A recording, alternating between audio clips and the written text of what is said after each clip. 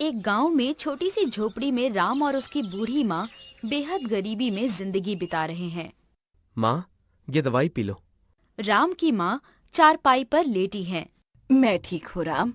रुक, मैं तेरे लिए खाना बना देती हूँ। मैंने खाना बना लिया है माँ।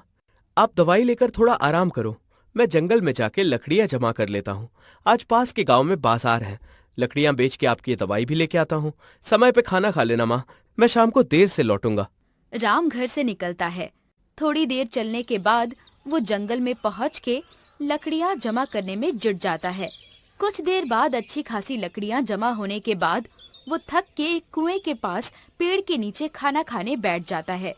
एक निवाला खाते ही उसे उसकी माँ की याद आ जाती है और वो दुखी हो जाता है। माँ की तबीयत ठीक तो होगी ना? उन्होंने खाना तो खाया होगा ना? आखिर कब तक हमारी हालत ऐसे ही रहेगी? तभी पास के कुएं में से अचानक देवी प्रकट होती हैं। राम ये चमत्कार देखते रह जाता है। राम, तुम किस विवंचना में हो मैं जानती हूँ। राम देवी को देख के हाथ जोड़ लेता है। अब तुम्हें चिंता करने की कोई जरूरत नहीं। ये लो, जादुई घड़ा और लकड़ी। राम वो घड़ा देवी से लेता है। राम, तुम्हारा जो मन चाहे वो ये घड़ा तुम्हें देगा। तुम बस मन में सोचो और ये काठी घड़े को हल्के से मारो। तुम्हारी सारी परेशानियां दूर हो जाएंगी। राम को लकड़ियां जमा करते करते देर हो जाती है और अंधेरा हो जाता है। आज तो अंधेरा जल्दी हो गया। ऐसे में रात में जंगल में जाना ठीक नहीं होगा। ऐसा करता हूँ, पास दिख रहे वो घर में जाके रुक जाता हूँ। राम उस घर के पास जाके आवाज देता है। अम्मा, ओ अम्मा।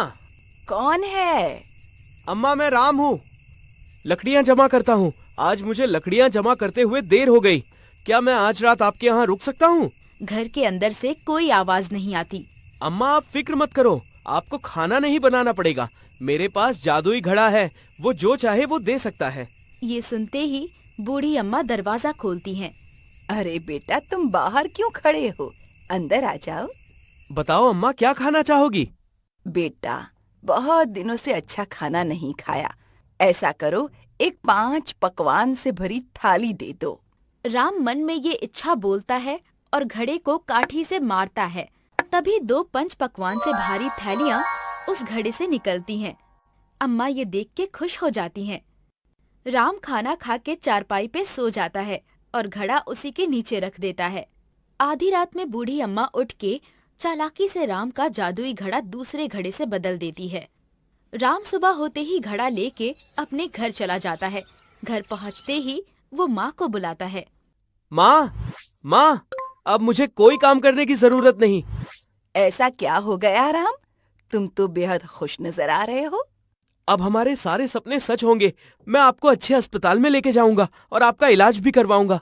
अरे वाह राम, ये तो बहुत अच्छी बात है। पर तुमने बताया नहीं ये सब हुआ कैसे? राम माँ को देवी के दिए हुए जादुई घड़े के बारे में सब कुछ बताता है। मैं आपको अभी घड़े का जादू दिखाता हूँ। राम मन में कुछ सोचता है और घड़े को काठी से मारता है, पर कुछ नहीं होता। राम समझ नहीं पाता कि जादुई घड़ा काम क्यों नहीं कर रहा। माँ ये सब देख रही है।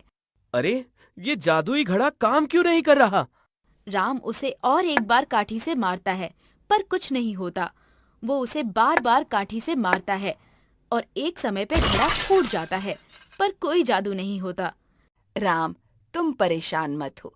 ये जादू जैसी कोई चीज नहीं होती। तुम्हें मेहनत करके ही सफलता मिलेगी। कुछ दिनों बाद राम उसका रोज का लकड़ियां जमा करने का काम करने उसी जंगल में जाता है और काफी देर काम करने के बाद थक के पेड़ के नीचे खाना खाने बैठ जाता है। तभी पास वाले कुएं में फिर से देवी प्रकट होती हैं। अरे, ये क्या राम, तुम फिर से यहाँ क्या कर रहे हो? मैंने तुम्हें जादुई घड़ा दिया था, उसका क्या हुआ? देवी, वो जादुई घड़ा नहीं था। मैंने उसे इस्तेमाल करने की कोशिश कई बार की, पर कुछ नहीं हुआ और आखिर में घड़ा टूट गया। देवी ये देख के सोच में पड़ जाती हैं और आंखें बंद करके देखती हैं कि उस घड़े के साथ क्या हुआ। तभी देवी को सब कुछ पता चल जाता है। राम, जब मैंने तुम्हें घड़ा दिया था उस दिन तुम किसके घर रुके थे? उस दिन अंधेरा होने के कारण मैं बूढ़ी अम्मा के यहाँ रुका था। उसी बूढ़ी अम्मा ने तुम्हारा घड़ा लालच में आकर बदल दिया। पर तुम चिंता मत करो, मैं तुम्हें एक बकरी और काठी देती हूँ। ये बकरी तुम्हें जितना चाहे उतना दूध देगी। बस तुम्हें ये लकड़ी की काठी उसके सींग को लगाना है।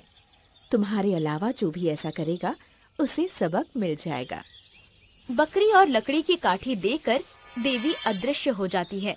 राम उस दिन अंधेरा होने पे उसी रास्ते घर जाते जाते बूढ़ी अम्मा के घर के पास रुकता है।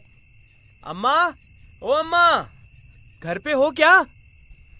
अम्मा आवाज सुन के घर के बाहर आ जाती है। देखती है ये तो वही लड़का है जिसका घड़ा उसने बदल दिया था। वो थोड़ी घबरा जाती है। अरे बेटा, तुम इतनी रात को ये क्या कर रहे हो? अम्मा, आज भी मुझे लकड़ियां जमा करते करते देर हो गई। रात भी हो गई है। मैं घर वापस नहीं जा पाऊंगा। क्या मैं आज रात भी आपके यहाँ रुक सकता हूँ? तभी अम्मा की नजर राम की बकरी पर जाती है। ये तुम्हारे साथ क्या है? बकरी? हाँ अम्मा, पर ये मामूली बकरी नहीं है। ये जादुई बकरी है। जितना चाहे उतना दूध देती है। अरे वाह, ये तो बड़े काम की बकरी है। अम्मा मन ही मन में खुश होने लगती है। ये लड़का तो बहुत भोला है। ऐसी ही जादुई चीजें लाता रहे तो मुझे कुछ करने की जरूरत नहीं। दोनों घर के अंदर जाते हैं। अम्मा, आज दूध के पकवान खाते हैं। हाँ हाँ, क्यों नहीं। अम्मा खाना बनाती है। राम और अम्मा खाना खा के सो जाते हैं। आधी रात बीतने के बाद बूढ़ी अम्मा जग जाती है और बकरी को बदलने के लिए बाहर जाती है। जैसे ही वो बकरी के पास जाती है, बकरी अम्मा को मारने लगती है। अम्मा चिल्लाने लगती है। पास में पड़ी लकड़ी की काठी भी अम्मा को मारने लगती है। राम बूढ़ी अम्मा की आवाज सुनकर बाहर आ जाता है। देखता है कि बकरी और काठी दोनों अम्मा को मार रहे हैं।